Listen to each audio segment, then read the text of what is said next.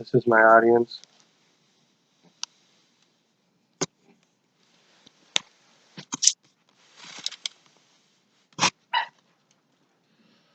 In the United States, there are 9 deaths and 1,000 injuries reported each day due to accidents caused by distracted driving. Today, we'll all learn about ways to make the road safer and how to avoid causing injuries and deaths from distracted driving. There are many types. The main points include types of distractions, who it affects, and the consequences and ways to avoid distracted driving. Distracted driving is dangerous not only for you, but for everyone around you, and it must stop before it is too late. There are 3 main types of distracted driving, such as visual, manual, and cognitive. Visual distracted driving includes anything that requires you to take your eyes off the road.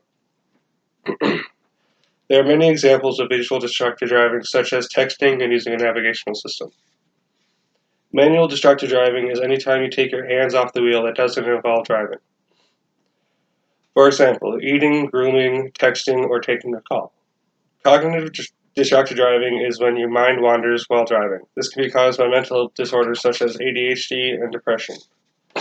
Other things like loud passengers and, once again, texting. Distracted driving comes from a lot of different factors and can lead to a lot of disaster. Distracted driving can cause a lot of damage and can have a lot of negative effects and consequences. Distracted driving affects teens and young drivers the most, but also affects competent drivers. However, the decision puts everyone who's on the road at risk. Over the course of the years and the change of technology, states have put bans on texting while driving and limiting the way phone calls are made. While driving, failure to follow the law will create a lot of negative consequences, such as injury, death, a ticket, license suspensions, or even jail time.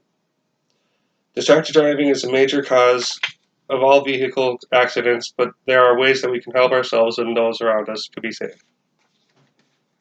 Distracted driving isn't something that needs to keep happening. We all have the choice to avoid it, and there are many ways to do this. Avoid using your cell phone at all costs until you are parked and it is safe to do so. Make sure you have enough time to be ready and prepared for the things you have planned for the day. Avoid stepping into a vehicle when you are emotionally incapable to drive. If we all work together to make the road a safe place, we can avoid risking the lives of those around us. Over the course of the speech, we talked about the types of distracted driving and examples of each, who it affects and the consequences of distracted driving, and ways to avoid it. Distracted driving puts the lives of those around us and those in the vehicle at risk. It is up to us to make the to have the courage to make the change. When you take the time to think about all the lives that you could hurt because you chose to be distracted, I hope that you remember this and decide to make the change. Today, we summarized information from Centers for Disease Control, drivingtest.org, and www.enddd.org. Thank you.